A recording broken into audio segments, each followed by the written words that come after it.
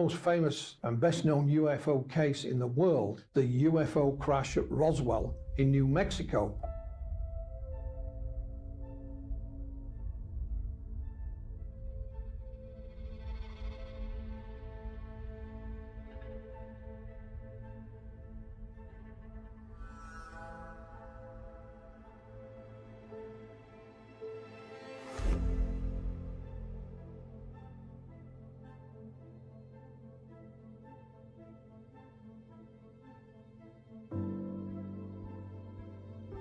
In 1993, a letter crossed my desk from a gentleman called Ray Santilli that would change things forever.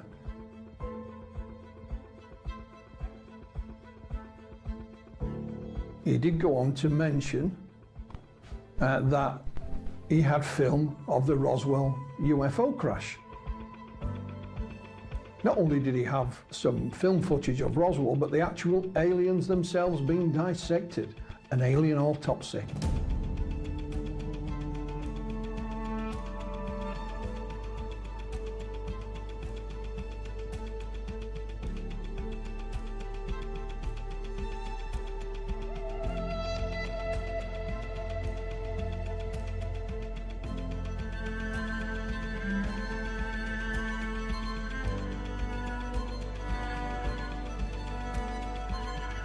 An alien autopsy is always going to be the subject of ridicule. Who's going to believe an alien autopsy is an alien autopsy? It's just a ridiculous subject.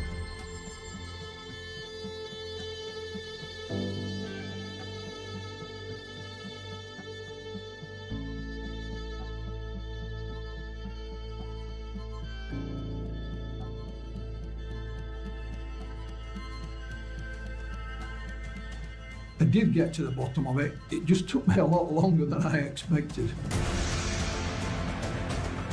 Interestingly, internal communications from the CIA have been released where they're actually talking about alien autopsy back then and verifying that they believe that the footage is real and they've seen it themselves.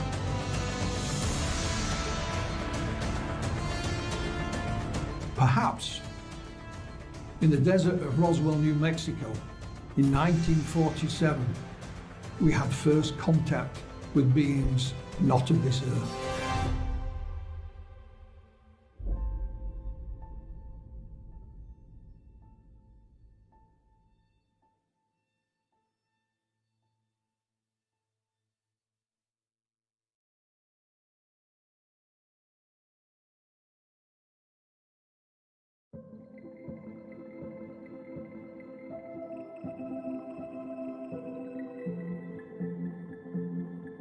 When I rather naively began my involvement, I expected to read a few books, ask a few questions, maybe write a few letters, and I'd have all the information I could ever dream of. I've certainly found some of those answers down the years, but by no means have I found them all.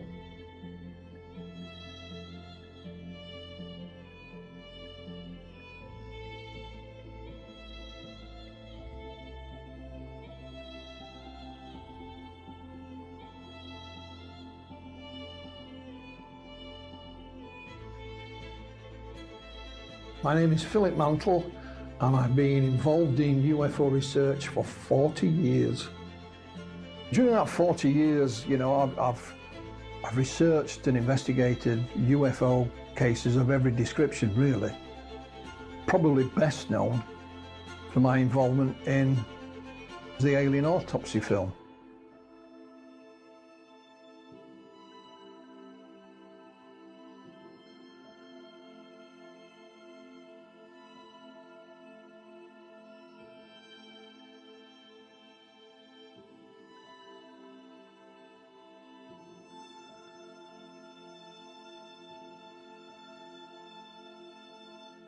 Headline edition, July 8, 1947.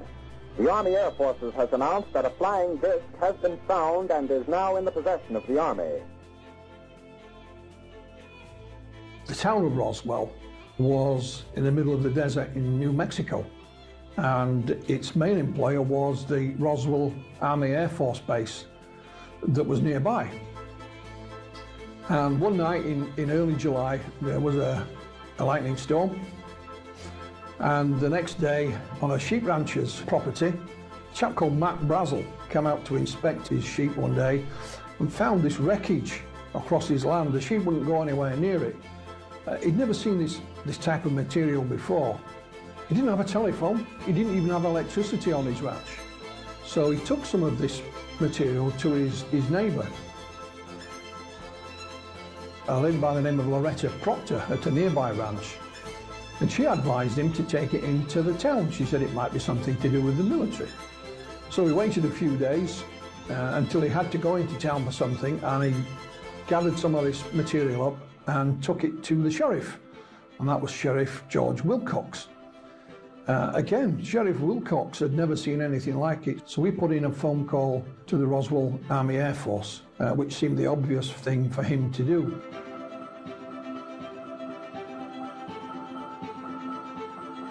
I was called to headquarters, was given copies of a press release which stated in essence that we had in our possession a flying disc. I was told to hand deliver to the 4 news media we had in town at that time, 2 radio stations and 2 newspapers.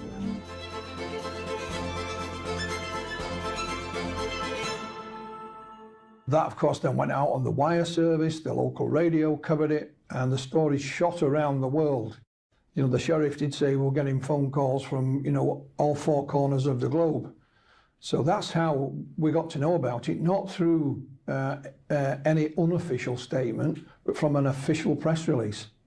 Within hours, in fact, the next newspaper the following day, they retracted that, said, sorry, big mistake, it was a weather balloon.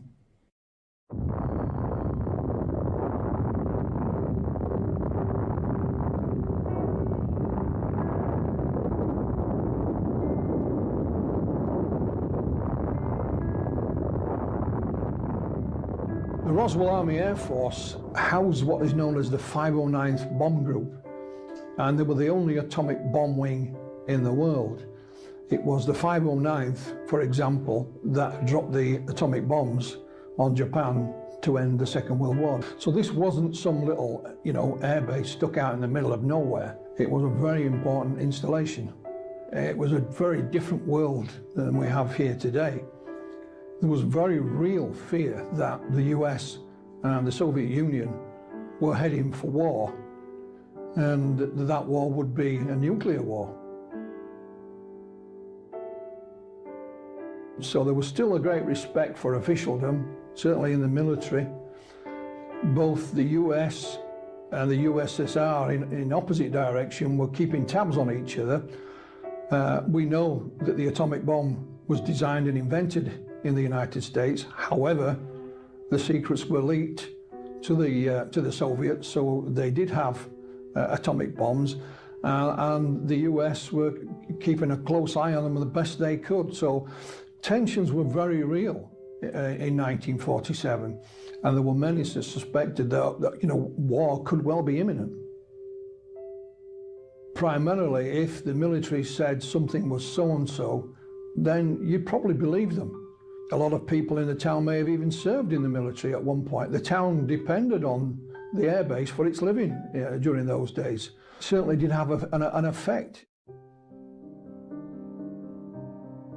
After the telephone call went to the airbase from the sheriff, they dispatched their intelligence officer, which was Lieutenant Jesse Marcel. He took with him a gentleman called Sheridan Cavett, and they made their way out to the Brazel Ranch and collected some of this material. And on the way back, Marcel stopped at his home. He didn't live on the base, he lived off base with his wife and his 11-year-old son, Jesse Marcel Jr. When he came in, he was very excited. He woke my mother and myself up at must have been 1 or 2 o'clock in the morning, and he wanted us to see what he was bringing in from the field. He said, this is parts of a flying saucer, and it was all brought in and spread out on the kitchen floor, and we just looked at it. Young Marcel picked up a rod about this long that looked edge on like a capital letter I. So it got the nickname of an I-beam. You know, I picked up this particular I-beam and held it up to my upper left to look at it with the kitchen light reflecting on the inner surface.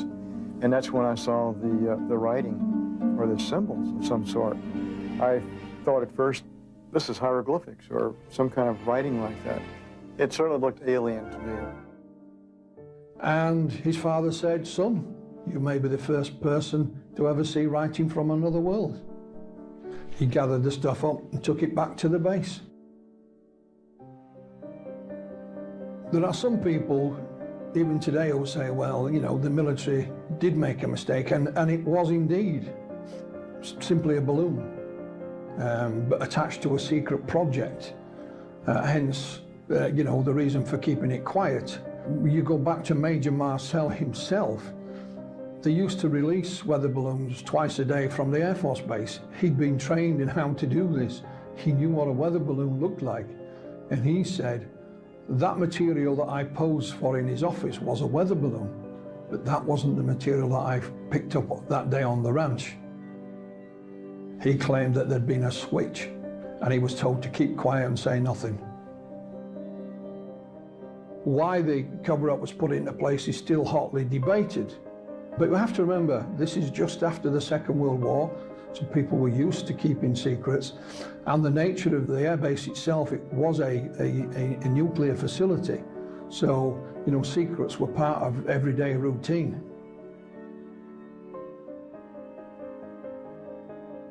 I sincerely believe we had the crash of something from outer space, because we still don't have materials that compare with the descriptions I've gotten of the material that was picked up out on the ranch and brought into town.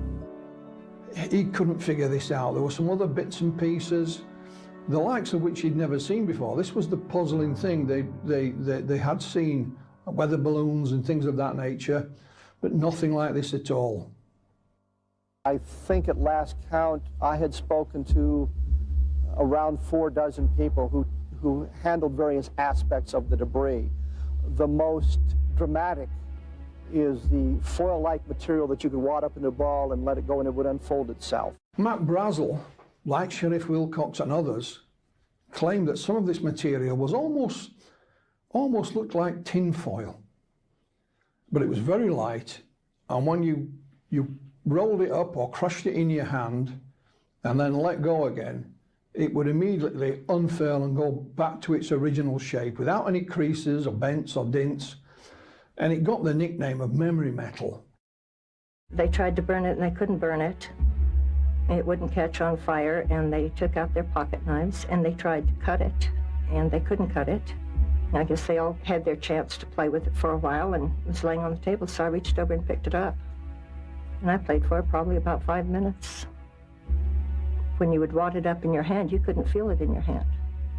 You couldn't feel you had anything there. And it would go to a size that was so small that you'd have to look to see if it was still in your hand. And then when you drop it, it spread out all over the table. Daddy came in so excited, and he said what they saw was not from this world.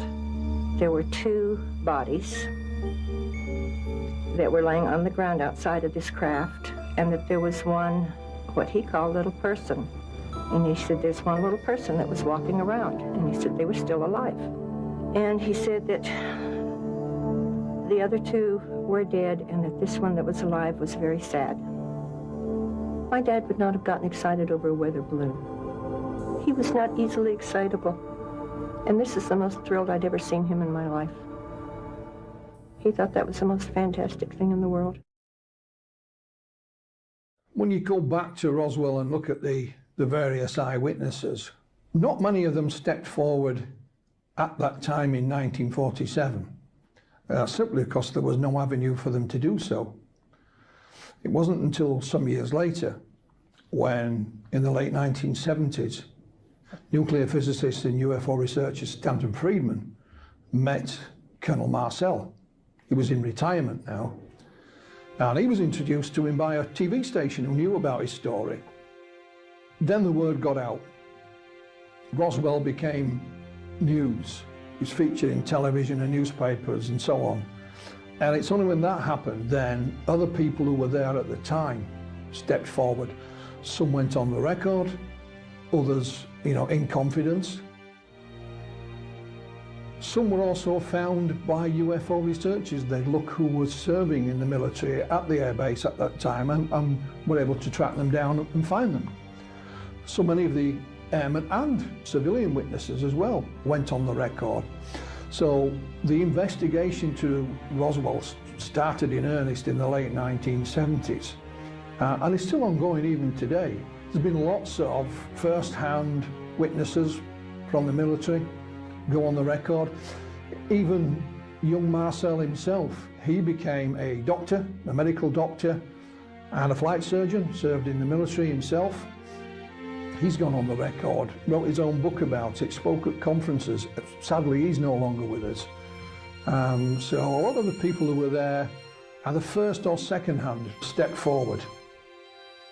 There is this threatening aspect of the Roswell story, but again, we have to remember it was a different era and a different time. So there were those, certainly in the military, if they were told to keep quiet, then they would do exactly that. That was their duty, and that's the way they were trained, and that's the way that they acted.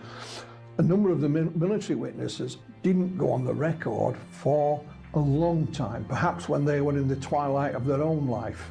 And they thought, well, if I don't say something now, then I'll never have the opportunity. And that seems to be the case on a number of occasions. The best evidence we have from a number of eyewitness sources is that the craft and the bodies were brought to Hangar 84 on the Roswell Army Airfield and stored overnight before transport. What we understand from the eyewitness testimony is the bodies were sealed in a large wooden crate kept at the center of the hangar. It's absolutely brilliant what they did. They announced they have a flying saucer, but they've already captured it. They've already got it. There's nothing to see, so nobody goes out looking for the thing. Then they shift everything to Fort Worth. The higher headquarters says, no, those guys made a mistake. It was just a weather balloon. One of the sinister things about the Roswell affair is that there are claims that the military not only ordered the people under their command to stay quiet, but also civilian witnesses. The press can't find Jesse Marcel because he's in Fort Worth and he's been silenced. When he came back from Carswell, after flying the debris, he did tell me not to talk about this, told my mother not to talk about this. This is a non-event. Play like it never happened. Don't even talk about this with your friends, which I didn't. And years later, he confided that he was actually part of the cover-up because he went along with the Air Force explanation, even though he knew full well that that was not true. There's corroborative testimony that suggests somebody was putting pressure on people to silence them, and they used what means were necessary to keep those people silent. With some of the civilians, they were told that if you ever talk about it, you will be killed. For example, there's a lady by the name of Frankie Rowe. Her father was a firefighter. It's claimed that they were dispatched to the event, and he managed to somehow acquire a piece of this memory metal and show it to her. She was his daughter. Shortly afterwards, they were visited by members of the military with a stern warning, and I mean a very stern warning, that keep quiet about this and say nothing. Bullets are cheap, so to speak. I said, yes, I did handle it. And he started emphasizing, no, you didn't. Well, my mother was pretty strict, and we didn't lie. So I'm insistent that, yes, I saw it, yes, I held it. And he got mad, and he got louder, and he had one of those, looks like a small baseball bat that hooks on the side of your belt, and he took that out, and he's holding it, and he starts beating his hand. Every time he said something, he would hit that on his hand, and he would say, I want you to understand, you were never there. You did not see anything. You did not hear a conversation. And he said, if you can't understand this, there are things that we can do. He said, we can take you out here in the middle of this desert. He said, this is a big desert here. He said, no one will ever find your bodies, ever. No one will ever know what happened to you. He said, the only way I'm going to let you stay around or live is if you promise you'll never talk about this the rest of your life. So I told him I wouldn't. And that was a reoccurring theme every now and again, both with civilian and military witnesses.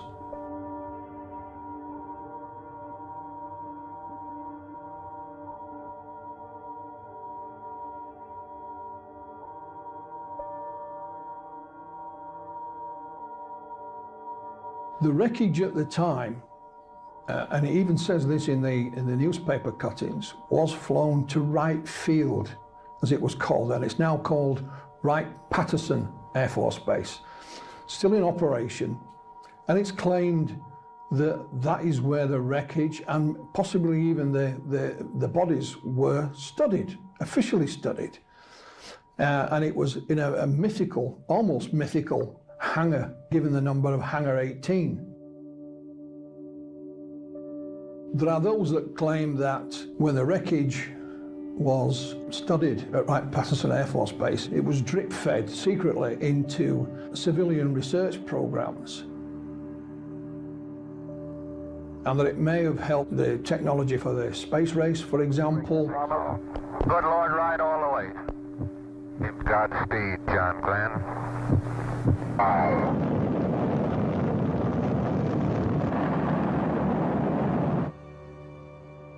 Silicon chips, fiber optics, and eventually all the way through to the stealth technology that we see in the aircraft. That is a rumor, it's not proven, but there are those that say that, you know, most of the technology that was found that day at Roswell are still yet to be identified, and we haven't been able to reverse engineer it at all.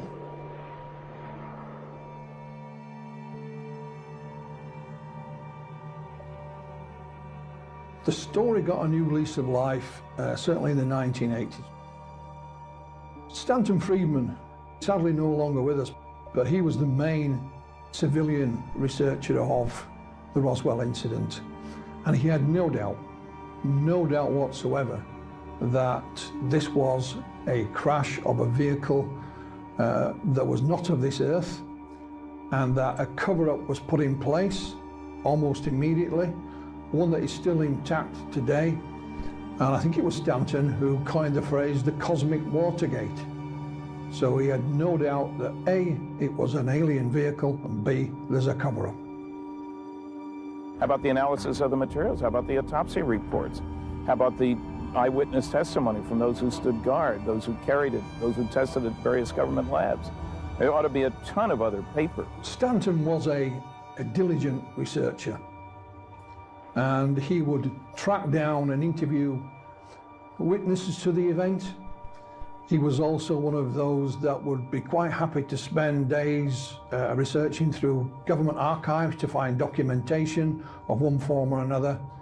And it was literally, once he got his teeth into something, he was like a dog with a bone. And he did uncover a number of witnesses. He interviewed just about anybody and everybody. But what he also did was help spread the word. You know, he was the man that actually put Roswell on the map. And gradually, you know, the UFO story was out there for all of us to digest. Roswell, the town itself, is still thriving. The Air Force Base closed many years back. Back in the 1980s, some documents known as Majestic 12 or Magic 12 were leaked, and it mentioned here that, you know, the bodies and other things were studied at a secret base. And of course, put two and two together, and that secret base is alleged to be Area 51.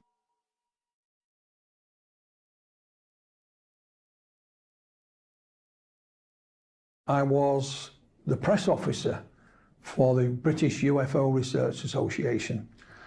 And in 1993, a letter crossed my desk that would change things forever.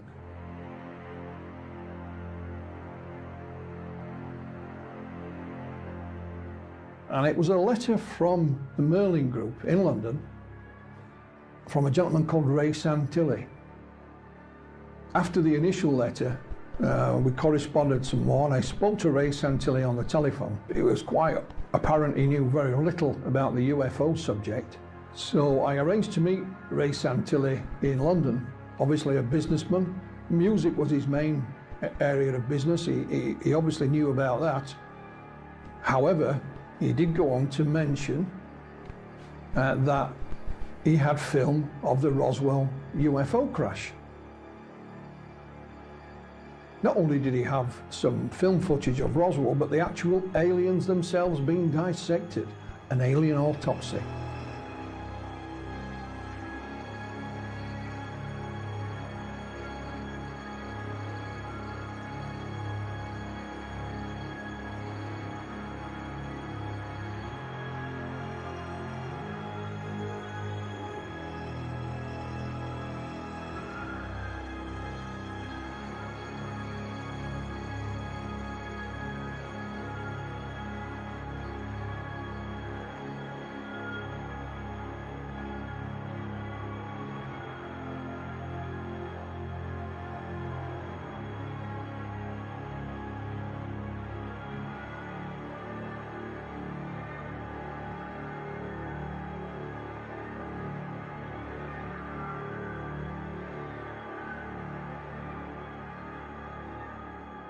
The story from that point on became quite a roller coaster.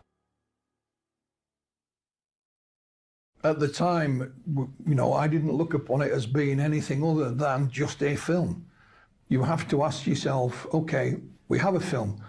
What could it be? First of all, could it be a hoax? Of course it could. You know, when you look at the movie Jurassic Park, they made full-size dinosaurs, you know, move and look real. So with enough time and money, yes, it could be a hoax. Then we looked at, could it be real? Could it really be, you know, from Roswell? Like I said, it'd always been rumoured that film and still photographs were taken. There was also another idea that perhaps this was some kind of poor, deformed human being that we were looking at. So it was, again, a real film, but it was of some, you know, some deformed person. And there was even another theory, if you like, that could this be some US military disinformation film? Not to disinform UFO researchers, perhaps it was made to fool the Soviets, you know, and leak it into the Soviet Union to say, look what we've got. So there was a number of ideas, you know, as to what it may or may not be, none of which could be proven one way or another at that point. I spent in total 14 years researching the alien autopsy film. And in 2006, we'd already been given a name, a first name of a gentleman, and the name was Spiros.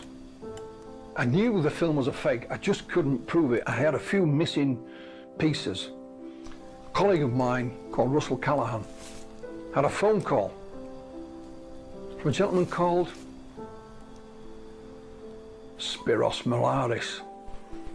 And he said, Russell said, it's not me you want to speak to, it's Philip. Bang, there was our mysterious man we'd been looking for. And as soon as I spoke to him, he just filled in all the gaps. Game over. Spiros Malaris is a very talented and very interesting and creative filmmaker. I used Spiros on Alien Autopsy when we did the Investigation Continues, which was a 60-minute documentary based on everything that happened at Roswell. So he was quite involved in most parts of the project. And you know, I know that there's some difficulty at the moment because he's laying claim to coming up with the entire concept of alien autopsy and doing everything, but that's absolutely not true. And he was not involved in our trip in America, finding the cameraman, bringing the footage over, and all of that part of it. All the questions I'd been asking for years, he had an answer for all of them. It's like having a jigsaw puzzle with bits missing.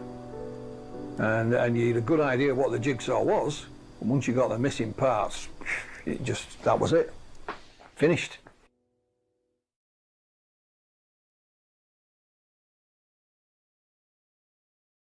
At some point in the 2000s, I was contacted by a gentleman who claimed to have some information about it. So I met him, and he said, I'm a good friend of a sculptor here in the UK. Wouldn't tell me the sculptor's name. However, before he left the meeting, he let slip one of the projects this sculptor was responsible for. And it was a Channel 4 recreation some years prior called Max Headroom, which was quite popular. So we checked out who this gentleman was, and he was indeed a UK sculptor, and he was called John Humphreys. John Humphreys is one of the best makers in terms of prosthetics. He's a sculptor, he's an artist, he's a creative. Spiros, then and now, went on to tell me that he'd heard Ray Santilli's story about, meeting this fake cameraman and so on. He'd met Ray by chance at a film festival in France, contacted him again when he came back to the UK. Ray Santilli showed Spiros a piece of film. Spiros said, that's never been filmed on celluloid, it's VHS. So Ray told him this fake story about the cameraman and him paying for this footage. So he took off to drive home, did Spiros. And he had this idea. He phoned a friend of his, which was the sculptor, John Humphreys, and told him about this story. And they said, why don't we make him one? i.e., why don't we make him an alien autopsy film? So Spiros went back to Ray and said, if you want an alien autopsy film, we can make it for you. Simple as that. Well, I think Ray Santilli's reaction was, the light bulb moment. It was just a question of the financing. And they had a gentleman who could provide that finance. So, the game was afoot. I've been involved in looking at Roswell probably from about 1993. Everybody knows a bit about Roswell, and the reason we're talking about it again is because of the alien autopsy. Interestingly, internal communications from the CIA have been released where they're actually talking about alien autopsy back then and verifying that they believe that the footage is real and they've seen it themselves. And it has been called the alien autopsy memo. It is a string of emails between a chap called Eric Davis and Dr. Kit Green. On this 11-page document, they are evaluating a number of things on which they were working on. But primarily, it is the alien autopsy film they're discussing.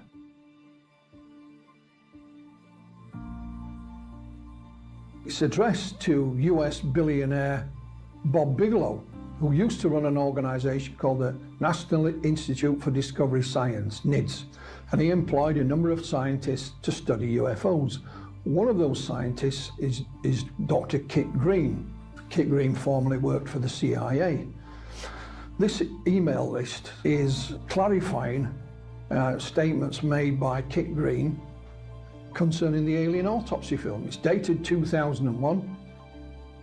Without going into too great a detail, he came to the conclusion, as did the others copied in on these emails, that the alien autopsy film, in his opinion, was real, and that he'd seen exactly the same type of film at a briefing at the Pentagon back in 1987/88. And it's caused quite an uproar yet again.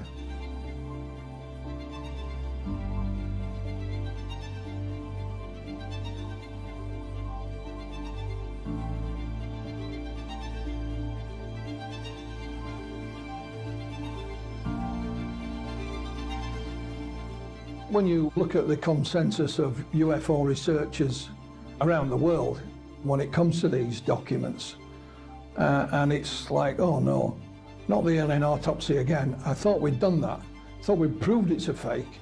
Let's move on. You know, let's forget about it, please. The leaked documents were sent to me by 3 different individuals the day before they were released online. I had no idea this was about to happen, but it just did.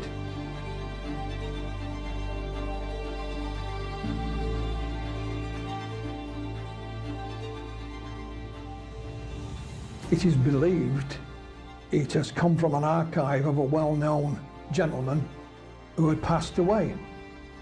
I'll not mention his name because it's not yet been verified. But it seems plausible enough. He was involved in UFO research. He's an extremely well-known gentleman, if I mention his name. Okay, Houston, the computer's yours. Thank you. You troops did a nice job down there. That was beautiful. Auto. We're on the surface. Okay, we made a good landing. Roger, enter. 4 minutes later, he was joined by Ed Mitchell. The whole front is a long one.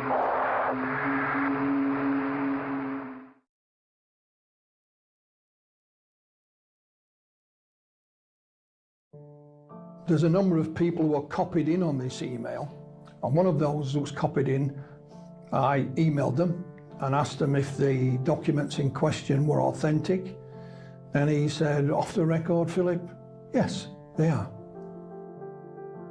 The gentleman I contacted on email has refused to answer any more questions, and it would appear to me that both him and his colleagues who are mentioned in this document are embarrassed, because this was an internal set of emails and was never meant for public consumption. The only person so far to speak to Kit Green about this is US researcher Richard Dolan. You know, Richard has interviewed him on the telephone. I think one of the first things he asked him was, is this email list, is it authentic? And he said, yes, it is.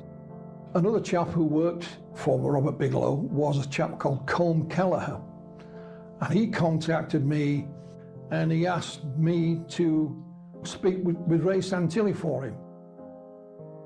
What Colm was seeking at the time was a good quality copy of the alien autopsy film, and of course some celluloid, some 16mm film to analyse.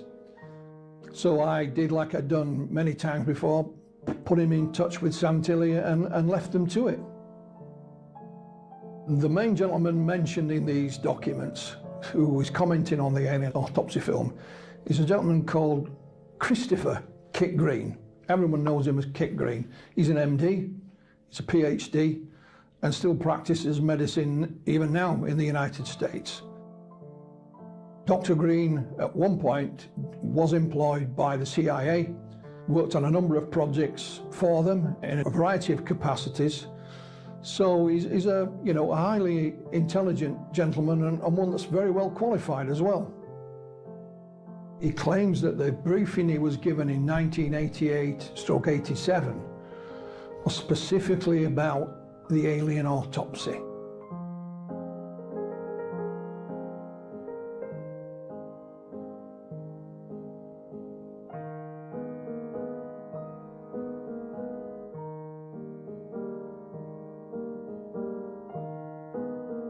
I think the main reason when you look at these documents is why they would want Kit Green to evaluate the alien autopsy film. There are 2 reasons. One is that in 1988/87, Kit Green himself says he was taken to the Pentagon and briefed and shown films that looked exactly the same as the alien autopsy film. But also, he's an MD, he's a medical doctor. So later in these documents, Dr. Kit Green, looking at the alien autopsy film itself, nothing to do with any briefing he'd had at the Pentagon, but he gives his own medical opinion on what he sees on that film. And he says, I think it's real. It's a genuine article.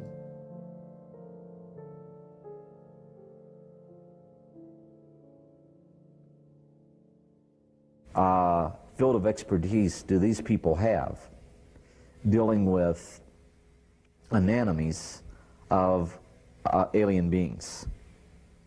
I assure you none. We were learning. That was day one of school when they first cut into the first specimen. One time there was a requirement for our OIC to go to Fort Belvoir, Virginia. So I went ahead and I was selected as the driver to take him to Fort Belvoir, Virginia. After we arrived there, he went to where the officers were meeting for a briefing. The drivers went to another location. There was myself and an airman first class, and we went inside to the balcony area, which had a plexiglass cover over where we could look down to where the officers were. When we looked down there, we found that they were watching films. We were watching, thinking, well, it has to be some type of science fiction movies that they're watching, where they're splicing them together like trailers at an end of a movie. We couldn't figure out what type of movies they were. So while we were talking amongst ourselves, we looked around, we had two gentlemen come in and told us we were to follow them.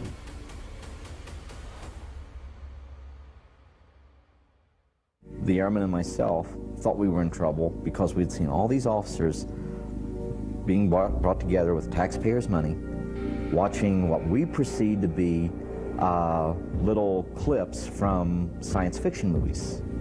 Because I honestly didn't think that we would ever be in a position where I could be so easily exposed to something like that. However, after 4 days and 5 nights of that, I went ahead and finally convinced them that I wouldn't be discussing this situation. The interesting thing I found out when I first saw the films of the dissection, the word that I used to describe what I saw was haunting, and it had a special significance to me because I was seeing images of what I saw in 1969. That brought back specific memories. What happened to me is what they call intensified debriefing. And I can tell you this much, in intensified debriefing, you'll go ahead and you'll take sleep over food. You'll get water, because see, it's important you have water, or you'll die. They'll provide you with food, but you slept in spurts. You'd go and lay your head down on the pillow. You'd go into what they call a deep sleep. That's about 3 to 5 minutes, and you'd be woken up and you'd be taken back, put under the lamps again for more intensified debriefing. And what they'd do, they knew that you were wondering what was going to happen to you. So it had an effect on you. And that's about the gist of it. Forgive me.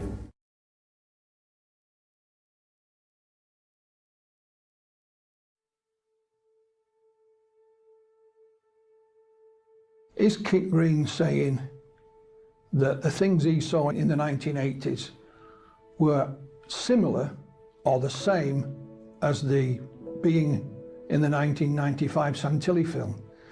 He emphasises it and actually spells it out in capital letters and says they are the same. Not similar, but the same. And of course, that's simply not possible. There are those that think that perhaps, Ray Santilli is not behind the invention of the alien autopsy film, nor is Spiros Milaris, but instead, for some mysterious reason, it's the CIA. There are a number of well-known UFO researchers, primarily in the United States, can't believe that someone of Kit Green's experience and standing would be fooled by a fake film. So there must be something more to it. And they believe that he was indeed shown other films, fake or real, by the CIA that look either the same or similar to the Santilli film. Therefore, the CIA must, in some mysterious way, be linked to the faking of it. I can't see any sense in that at all, and don't believe a word of it. It is alleged that the CIA have fed false stories about UFOs into the public domain for a variety of reasons. We do know for a fact that they did feed fake UFO sightings into the public domain to cover up overflights of their own spy plane. So they may have other reasons for putting fake alien stories into the public domain. If we jump back to Roswell, for example, some people claim that the alien aspect of it is a fake story to cover up what really did happen. But this is only speculation. Here you've got a scientist and a medical doctor being fed information by the CIA. Dr. Kit Green, who has now been interviewed by Richard Dolan, has changed his attitude somewhat. He believes now the film is a fake. And he says that the CIA lied to him back in the 80s. However, he does now still say that some of the film that he saw at the Pentagon, some of the aspects of it, like the creature's face and the hand and the room, were still the same as the Santilli film released in 1995. Now, whether it's the whole film or bits of it, they cannot be the same, because the film was only designed and made in 1995. So nothing in it can be the same as something seen back in the 1980s. It is simply not possible.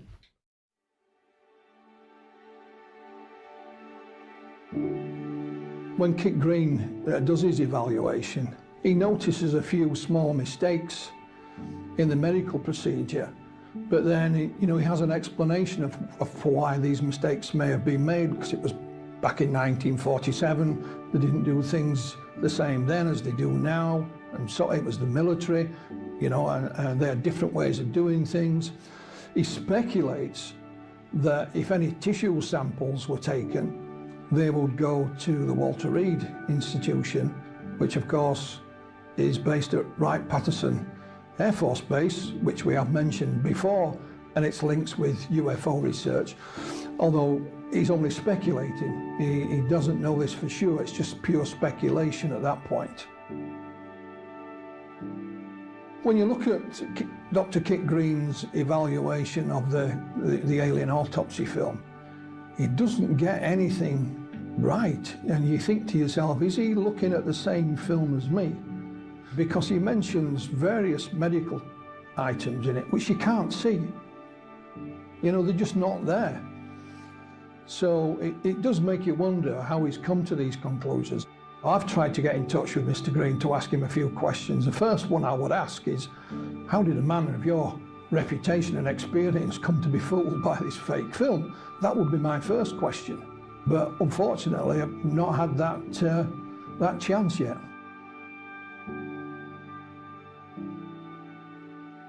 There's a number of things that are important about the memo. It shows you how someone with the knowledge and experience of Dr. Kit Green can be fooled by a piece of film. He wasn't alone. At the time when the film was released around the world, there were a number of physicians who went on the record saying it looks pretty authentic as far as the medical procedure is concerned. However, they wouldn't comment on what the creature on the slab was. He's gone that one step further. So it just shows you the impact that this film had, not just when it was released, but down the decades, and still does continue to have such an impact. I think the biggest revelation is that just when you think you've heard everything there is to hear about the alien autopsy film, and I have a huge archive of material on it, that something else appears and brings it back into the public domain again, and the argument starts from scratch. It was almost as if the 14 years I spent investigating it would have been a complete waste of time.